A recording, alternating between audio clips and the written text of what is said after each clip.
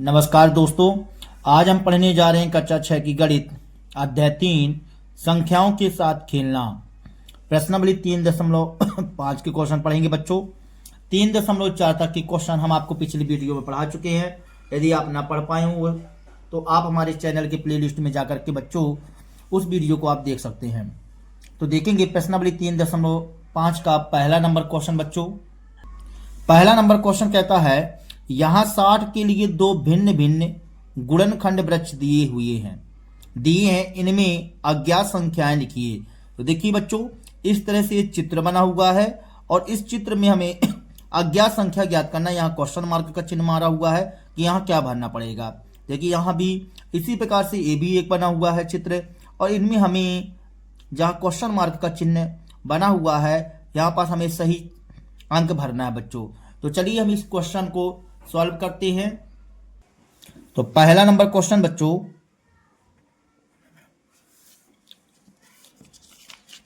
तो पहला number question को हम सॉल्व करते हैं। पहले का ए नंबर बच्चों, देखिए यहां लिखा हुआ है 60 और ऐसे गोला बना हुआ है बच्चों और इसे दो भागों में तोड़ा गया है। यहाँ 6 लिखा हुआ है और यहाँ 10 लिखा हुआ है। देखिए बच्चों, पैटर्न यही बता रहा है कि 60 को दो भागों में डिवाइडेड कर दिया है। वो भी कैसे? 10 छक्का 60, 6 का गुणा 10 से करेंगे तो 6 दाहम 60 होता है बच्चों। इसी तरह से हम भी तोड़ देंगे इसको। देखिए यहाँ 2 भरा हुआ है बच्चों, तो आप बताइए बच्चों, आप स्वयं बताएंगे इसको। यहाँ पास हम 2 में किसका गुणा कर दें तो 6 आ जाएगा बच्चों, बताइए। 2 में हम किसका गुणा कर दें बच्चों तो 6 आ जाए। तो 2 ताई 6 होता है बच्चों, तो हम यहाँ क्या भर देंगे? 3 भर देंगे इस तरह से, ठीक है। अब यहाँ पास देखिए यहाँ 5 भरा हुआ है बच्चों, 5 जो है भरा हुआ है। अब ये बताइए कि 5 में हम किसका गुणा कर दें तो यहाँ 10 आ जाए। 5 में किसका गुणा कर दें बच्चों, बताइए जल्दी से। 5 दूनी 10, तो हम यहाँ 2 भर देंगे, ये 2 भर दीजिए। इस तरह से बच्चों ये खाली स्थान मतलब जहां क्वेश्चन मार्क भरा हुआ था यहां हम 3 भर देंगे, यहां 2 भर देंगे बच्चों, ठीक है। अब इसी में एक बी नंबर का क्वेश्चन बना हुआ है, देखेंगे। यहां लिखा है 60 बच्चों, क्या लिखा है? 60। इसे 2 भागों में तोड़ा गया है। यहां लिखा हुआ है क्वेश्चन मार्क और यहां 30 दिया गया है, यहां 30 यहां। तो ये बताइए बच्चों, 30 में हम किसका गुणा कर दें तो 60 आ जाएगा। 30 दूनी 60 मतलब 2 आएगा यहाँ पास, ठीक है। अब यहाँ बताइए बच्चों, देखिए आपका यहाँ 10 लिखा हुआ है, ठीक है, यहाँ 10 है बच्चों। अब ये बताइए कि यहाँ पास हम किसका गुणा कर दें तो 30 आ जाएगा। तो 10 तियाँ 30, यहाँ 3 कर दीजिए बच्चों, 10 तियाँ 30 होता है। अब 10 को भी 2 भागों में तोड़ा गया है, तो तोड़ दीजिए बच्चों 2 भागों में, तो कितना होता है बच्चों? 5 दूनी 10, 5 दूनी 10 होता है बच्चों। तो हम यहाँ 5 कर देंगे, यहाँ 2 कर देंगे, या कि यहाँ 2 कर दीजिए, यहाँ 5 कर दीजिए बच्चों। इस तरह से क्वेश्चन कितना सरल है बच्चों, ठीक है। तो इस तरह से आपको समझना है बच्चों, ठीक है। देखेंगे अब दूसरा नंबर प्रश्न। दूसरा नंबर प्रश्न कहता है बच्चों, एक भाज्य संख्या के अभाज्य गुणनखंडन में किन किन गुणनखंडों को सम्मिलित नहीं किया जाता है। एक भाज्य संख्या के अभाज्य गुणनखंडों में किन किन गुणनखंडों को सम्मिलित नहीं किया जाता है। तो किस गुणनखंड को सम्मिलित नहीं किया जाता बच्चों? देखिए एक जो होता है, एक को आप शामिल करो चाहे न शामिल करो, मतलब उसमें कोई प्रभाव नहीं पड़ता है। तो हम कह सकते हैं कि एक भाज्य संख्या के अभाज्य गुणनखंडन में एक को सम्मिलित नहीं किया जाता है। तो चलिए इसका आंसर हम लिख के बता देते हैं बच्चों। तो इस तरह से बच्चों हमने लिख दिया है कि एक भाज्य संख्या के अभाज्य गुणनखंडों में एक को सम्मिलित नहीं किया जाता है। हमसे क्वेश्चन यही पूछा है कि किसको सम्मिलित नहीं किया जाता बच्चों, तो एक को सम्मिलित नहीं किया जाता है। देखेंगे तीसरा नंबर प्रश्न। अगला प्रश्न कहता है बच्चों तीसरा नंबर, 4 अंकों की सबसे बड़ी संख्या लिखिए और उसे अभाज्य गुणनखंडन के रूप में व्यक्त कीजिए। तो देखो बच्चों 4 अंकों की सबसे बड़ी संख्या, तो 4 अंकों आगे ये बताइए बच्चों, एक अंक की सबसे बड़ी संख्या क्या होती है? एक अंक की सबसे बड़ी संख्या 9 होती है, 2 अंक की 99, 3 अंक की 999, 4 अंक की 9999। अब बोला गया है 4 अंकों की सबसे बड़ी संख्या को लिखिए और उसे अभाज्य गुणनखंड के रूप में व्यक्त कीजिए। तो चलिए हम इसे व्यक्त करते हैं बच्चों। आगे 4 अंकों की संख्या लिखेंगे, फिर उसे हम अभाज्य गुणनखंडन के रूप में व्यक्त करते हैं बच्चों। तो यहां हम लिखते हैं बच्चों, तीसरा नंबर क्वेश्चन है, 4 अंकों की सबसे बड़ी संख्या। तो 4 अंकों की सबसे बड़ी संख्या क्या होगी बच्चों? 9999। अब हमें बोला गया है कि इसे अभाज्य गुणनखंडन के रूप में व्यक्त कीजिए। तो हम क्या कर लेते हैं बच्चों, इसका अभाज्य गुणनखंड यहां हम लिख लेते हैं, निकाल लेते हैं। ठीक है बच्चों, इसको हम 3 से तोड़ते हैं बच्चों। 3 तिकाई 9, 3 तिकाई 9, 3 तिकाई 9, 3 तिकाई 9, मतलब यदि 3 का भाग करेंगे तो 3333 आ जाएगा बच्चों। फिर 3 से भाग कीजिए तो 3 एकम 3, 3 एकम 3, 3 एकम 3, 3 एकम 3 बच्चों, 1111 आ जाएगा। फिर हम किससे भाग करेंगे बच्चों? इसमें 11 से भाग कर लीजिए। तो 11 एकम 11, 11 शून्यम शून्य, 11 एकम 11, फिर 101 को तोड़ लीजिए तो 101 एकम 101। देखिए लास्ट में एक जो आया है ना बच्चों, उसे हम जो है तो अभाज्य गुणनखंडन में सम्मिलित नहीं करेंगे। अभी अभी हमने दूसरे नंबर क्वेश्चन में बताया है आपको। तो यहां पास हमको 9999 के अभाज्य गुणनखंडन क्या प्राप्त हो जाएंगे? 9999 के अभाज्य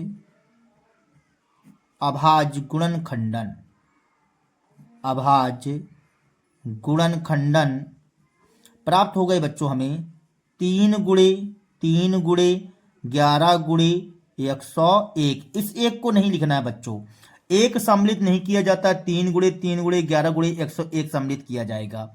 ठीक है, एक नहीं लिखेंगे बच्चों। देखेंगे अब चौथा नंबर प्रश्न बच्चों। चौथा नंबर प्रश्न कहता है बच्चों, 5 अंकों की सबसे छोटी संख्या लिखिए और उसे अभाज्य गुणनखंडन के रूप में व्यक्त कीजिए। बिल्कुल इसी प्रकार से क्वेश्चन आ गया बच्चों। 5 अंकों की सबसे छोटी संख्या लिखना है बच्चों। 5 अंकों की सबसे छोटी संख्या, तो देखिए 1 अंक की सबसे छोटी संख्या क्या मानी जाती है? 0 मानी जाती है। 2 अंक की 10 हो जाती है बच्चों। 3 अंक की 100 हो जाएगी। 4 अंक की 1000 हो जाएगी बच्चों। अब 5 अंक की 1 बना करके 4 जीरो हो जाएंगे बच्चों। ठीक है, तो चलिए अपन इस क्वेश्चन को सॉल्व कर लेते हैं। आगे हम यहां लिखते हैं बच्चों, 5 अंकों की सबसे छोटी संख्या। 5 अंकों की सबसे छोटी संख्या। तो 5 अंकों की सबसे छोटी संख्या क्या होती है बच्चों? इकाई, दहाई, सैकड़ा, हजार, 10,000।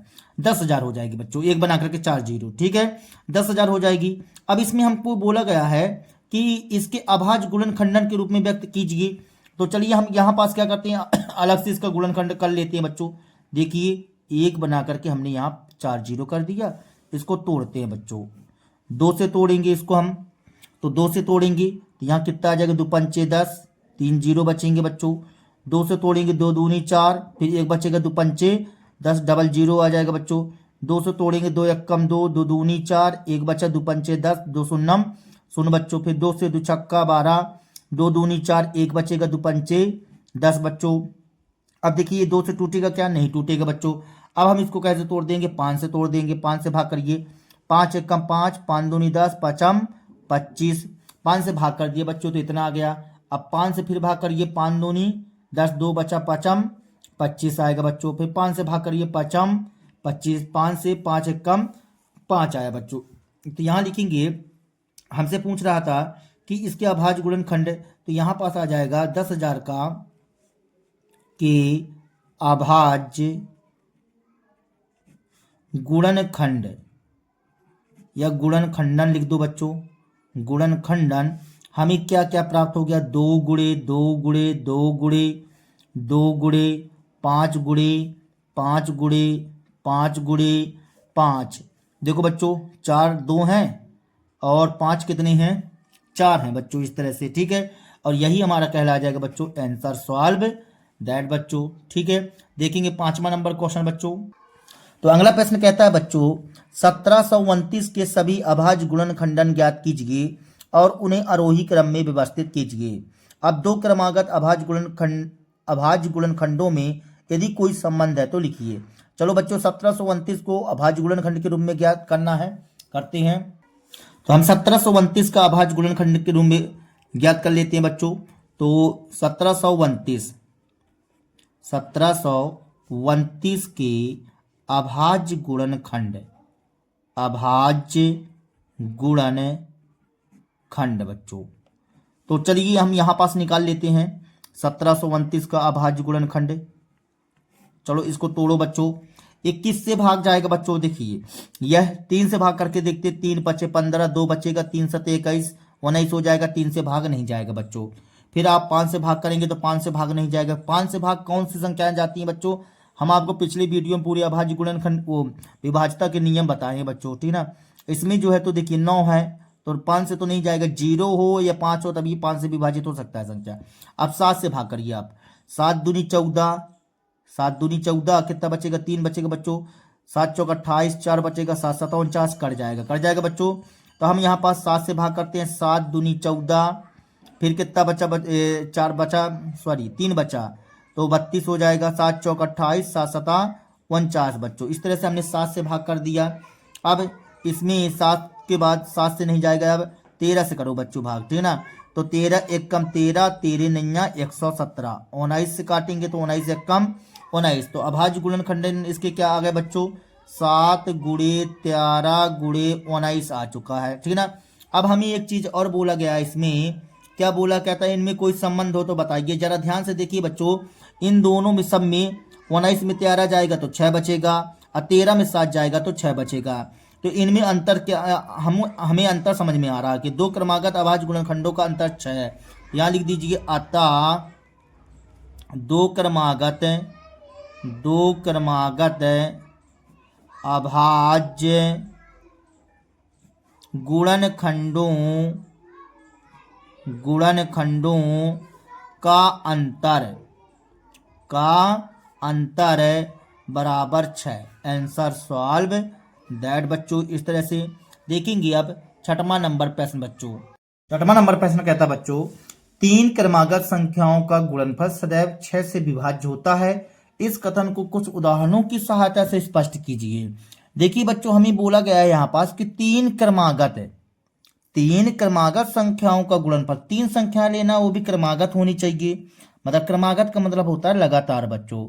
तो आपको 3 क्रमागत संख्याएं जब आप लेंगे बच्चों तो आपको एक सम संख्या मिलेगी। जैसे मान लीजिए आपने लिया 2 3 4, 2 3 4, तो 2 3 4 में बच्चों ये बताइए कि आपको जो है तो यहाँ पास सम संख्या मिलेगी। जब सम संख्या मिलेगी तो आप जैसे मान लीजिए 2 गुणे 3 गुणे 4 करेंगे तो 3 तो क्रमागत हो गई। अब इसका गुणा करेंगे तो जैसे 2 गुणे 3 गुणे 4, तो 2 3 6, 6 चौको 24, 24 जो है तो यह 6 से विभाज्य हो जाएगी। तो हम यहाँ पास कह सकते हैं कि 3 क्रमागत संख्याओं में एक सम संख्या होगी, और एक 3 का गुणज होगा। क्या होगा बच्चों? 3 का गुणज होगा, इसलिए वह 6 का गुणज होगी। ठीक है बच्चों, तो चलिए इसका आंसर लिखते हैं। तो हम यहां लिखते हैं बच्चों कि 3 क्रमागत, यहां लिखते हैं बच्चों 3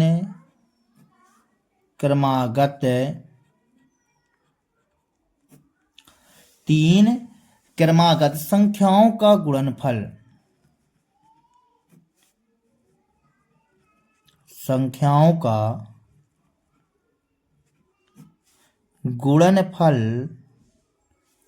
एक सम संख्या होगी। गुणनफल एक सम संख्या होगी।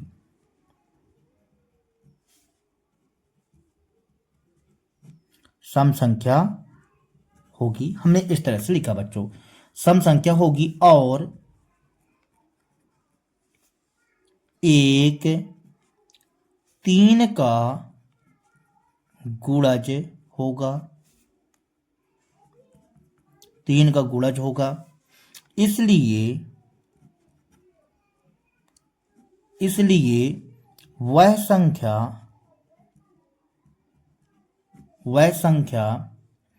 6 का गुणज होगी बच्चों। हमने यहां क्या लिखा बच्चों? देखिए 3 क्रमागत संख्याओं का गुणनफल एक सम संख्या होगी, और 3 का एक गुणज होगा, इसलिए वह संख्या 6 का गुणज होगा। तो चलो देख लेते हैं एग्जाम्पल से। जैसे हम यहाँ एग्जाम्पल लेते हैं, हमने लिया बच्चों यहाँ पास 2 गुणे 3 गुणे 4। ठीक है, देखिए 3 का एक गुणज, 3 का एक पहाड़ा, 3 का 3 होता है बच्चों। तो 3 हमको एक संख्या मिल गई और साथ में एक सम संख्या भी मिलेगी आपको। तो एक सम संख्या है, तो यहाँ पास एक सम संख्या क्या, दो सम संख्या मिल रही हैं। देखिए कहता है कि एक सम संख्या होगी तथा 3 का गुणज होगा। तो यहाँ पास 3 का गुणज मिल रहा है ना बच्चों हमें। ठीक है, तो यहाँ पास यदि मान लीजिए इसका हम हल करेंगे तो यहाँ पास गुणा करने पर कितना आ जाएगा बच्चों, 4 से 12, 12 दूनी 24। तो देखिए 6 चौको 24 होता है, 6 के पहाड़ा में भी आता है, 3 के पहाड़ा में तो रहता ही रहता है, 6 के पहाड़ा में 24 होता है। और दूसरा एग्जाम्पल फर्स्ट हो गया। यदि एग्जाम्पल 2 देना चाहें आप, तो जैसे मान लीजिए हमने 4 ले लिया, 5 ले लिया, 6 ले लिया। ठीक है, यहाँ पास देखिए 6 3 का गुणज होता है। ठीक है ना, अभी इसका यदि गुणा करते हैं तो यहाँ 5 चौको 20, अब यहाँ पास आ जाएगा 5 चौको 20, 6 दूनी 12, मतलब 120 आ जाएगा बच्चों। अब देखिए ये 6 के पहाड़ में भी 120 आ जाएगा, विभाजित हो जाएगा। इस तरह से अपन आंसर दे सकते हैं और यही हमारा कहला जाएगा बच्चों आंसर सॉल्व दैट। ठीक है बच्चों। हाँ, तो 7वें नंबर क्वेश्चन में कहता है बच्चों, 2 क्रमागत विषम संख्याओं, यहाँ विषम लिखा हुआ बच्चों, ठीक है, यहाँ विषय लिख दिया है। 2 क्रमागत विषम संख्याओं का योग 4 से विभाज्य होता है। कुछ उदाहरण लेकर के इस कथन का सत्यापन कीजिए। हमें 2 क्रमागत संख्याएं, विषम संख्याएं लेना बच्चों और उसका योग करना है, देखना है क्या 4 से विभाज्य होता है, उदाहरण देकर के सत्यापन करना है बच्चों। तो यहाँ पास हम क्या करते हैं बच्चों, 2 क्रमागत विषम संख्याएं लेना ना, तो चलिए ये लेते हैं, कुछ उदाहरण दे करके बताना है। तो चलिए यहाँ लिखते हैं उदाहरण। क्या लिखते हैं बच्चों, उदाहरण। ठीक है, जैसे मान लीजिए हमने 3 ले लिया और 5 ले लिया, तो 3 और 5 को जोड़ेंगे तो कितना आएगा बच्चों, 8 आएगा। और 8 क्या हो रहेगी बच्चों, 4 से विभाजित रहेगी ना, तो यहाँ लिख देते हैं 8, 4 से 8, ऐसा लिख लो बच्चों, जो 4 से विभाजित है, 4 से विभाजित है, इस तरह से। ठीक है, 3 5 ले लीजिए यहाँ पास, और यहाँ क्या ले लिए, लेते हैं 5 और 7, देखिए विषम संख्या है, 5 भी विषम संख्या है बच्चों, 7 भी विषम संख्या है। तो 7 5 12 होता है, जो कि 4 से विभाजित रहेगा बच्चों। 4 3 12 होता है ना बच्चों, इसलिए 8 भी आपका 4 से विभाजित रहता है, 12 भी 4 से विभाजित रहता है। हमें यहाँ कुछ उदाहरण देना था, और उदाहरण दे लीजिए, जैसे 7 + 9 कर लीजिए, तो 9 7 कितना होता है, 16 होता है बच्चों, जो 4 से विभाजित है, 4 से विभाजित है। ये देखिए इस तरह से 4 से विभाजित है बच्चों। आप 9 + 11 ले लीजिए, तो 11 9 कितना हो जाएगा बच्चों, 20 हो जाएगा, जो 4 से क्या है बच्चों, विभाजित है। तो यहाँ हमने लिख दिया 4 से विभाजित है बच्चों, इस तरह से। और यही हमारा कहला जाएगा आंसर सॉल्व दैट बच्चों। देखेंगे 8वां नंबर प्रश्न बच्चों। इसमें 8वें नंबर क्वेश्चन में कहता है बच्चों, निम्न में से किन व्यंजकों में अभाज्य गुणनखंडन किए गए हैं, किन व्यंजकों में अभाज्य गुणनखंडन किए गए हैं। 24 को देखो बच्चों, 24 को आपने तोड़ा तो 2 गुणे 3 गुणे 4, लेकिन क्या 4 अभी टूटेगा कि नहीं टूटेगा, 4 अभी टूटेगा बच्चों। ठीक है ना, 4 टूटेगा। तो इसमें क्या अभाज्य गुणनखंडन किया गया, इसमें अभाज्य गुणनखंडन पूरा नहीं किया गया बच्चों। 56 को देखो जरा, 1 गुणे 7 गुणे 2 गुणे 2 गुणे 2, हमने आपको कौन से नंबर क्वेश्चन में, किसी क्वेश्चन में लिखवाया था बच्चों, दूसरे नंबर क्वेश्चन में लिखवाया था कि 1 को गुणनखंडन में प्रयोग नहीं किया जाता है, और इसने प्रयोग किया है। तो चलो ठीक है, कोई बात नहीं, प्रयोग किया, लेकिन इसने पूरा गुणनखंडन तो किया है, इसने तोड़ा है।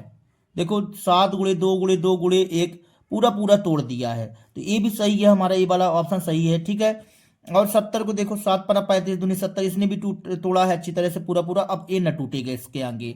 54 को देखो बच्चों, 2 गुणे 3 गुणे 9, 9 तो टूटता है ना बच्चों, 9 भी टूटेगा कि नहीं टूटेगा, 3 गुणे 3 और करना चाहिए था इसको, लेकिन इसने किया नहीं है। तो हम यहाँ क्या कहेंगे, कहता है कि किन किन व्यंजकों में अभाज्य गुणनखंडन किया गया है, तो बी नंबर और सी नंबर में अभाज्य गुणनखंडन किया गया है। तो चलिए हम इसका उत्तर लिखे देते बच्चों कि बी और सी में अभाज्य गुणनखंडन किया गया है।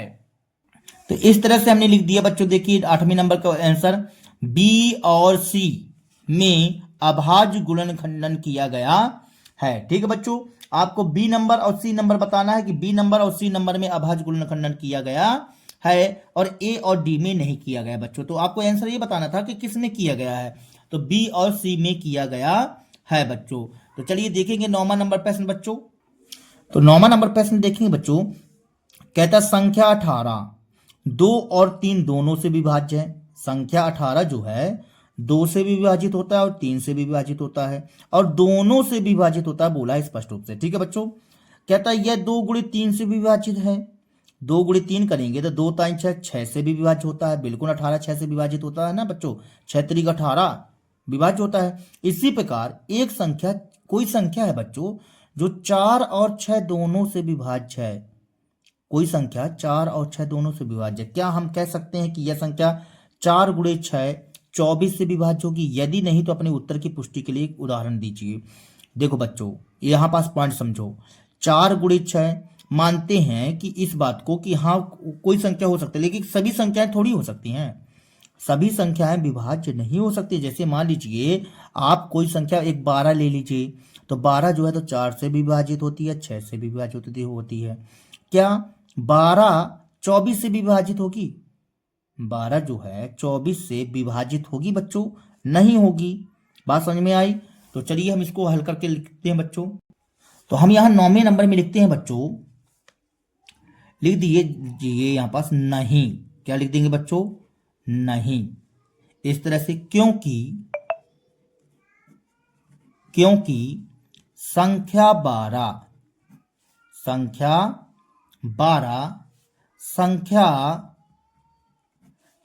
6 और संख्या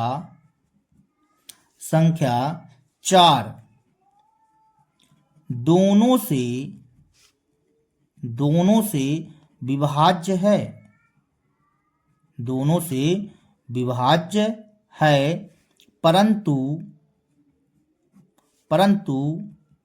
संख्या 12 संख्या 24 से विभाज्य नहीं है बच्चों। 24 से विभाज्य नहीं है। इस तरह से बच्चों इसका आंसर हो गया। हमने क्या बोला? नहीं, क्योंकि संख्या 12 6 और संख्या 4 दोनों से विभाज्य होगी, परंतु संख्या 12 संख्या 24 से विभाज्य नहीं होगी बच्चों। इस तरह से हमने इसका आंसर दे दिया। ठीक है, देखेंगे बच्चों 10वां नंबर प्रश्न।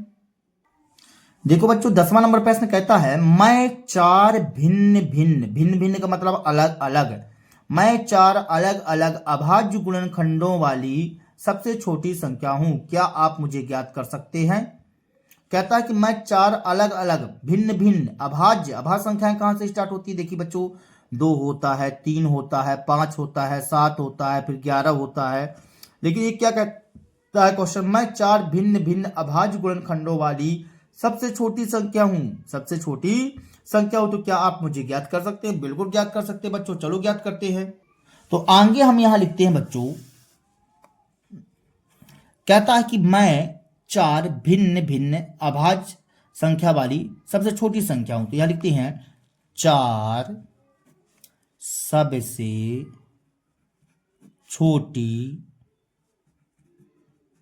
छोटी अभाज्य संख्याएं। आगे हम 4 सबसे छोटी अभाज्य संख्या लिखते हैं। तो फिर क्या कहता है? इनका अभाज्य गुणनखंडन के रूप में बोलता है ना, तो 4 सबसे छोटी अभाज्य गुणनखंडन लिख दो बच्चों। अभाज्य गुणनखंड कौन कौन सी हो जाएंगी? 2 हो जाए, सबसे छोटी तो 2 होती है। 2 के बाद आप क्या पकड़ोगे? 3 के बाद 5 के बाद 7 बच्चों। इस तरह से, ठीक है ना। अब हमें अभीष्ट संख्या ज्ञात करना है, तो हम इसका मल्टीप्लाई कर देंगे। अभीष्ट संख्या तो हम गुणा कर देंगे, 2 गुणे 3 गुणे 5 गुणे 7 बच्चों। इस तरह से कर दिया हमने गुणा। अब इसका गुणा करेंगे बच्चों, तो देखिए 7 पन्ना 35, 35 दूनी 70 और 7 तरीक 21, मतलब 210 आ जाएगा बच्चों।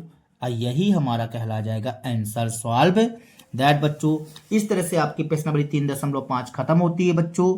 यदि हमारा वीडियो आप लोगों को पसंद आया हो तो कृपया हमारे चैनल को सब्सक्राइब कीजिए, लाइक कीजिए एवं शेयर कीजिए बच्चों। मिलते हैं अगले वीडियो के साथ में, तब तक के लिए जय हिंद बच्चों।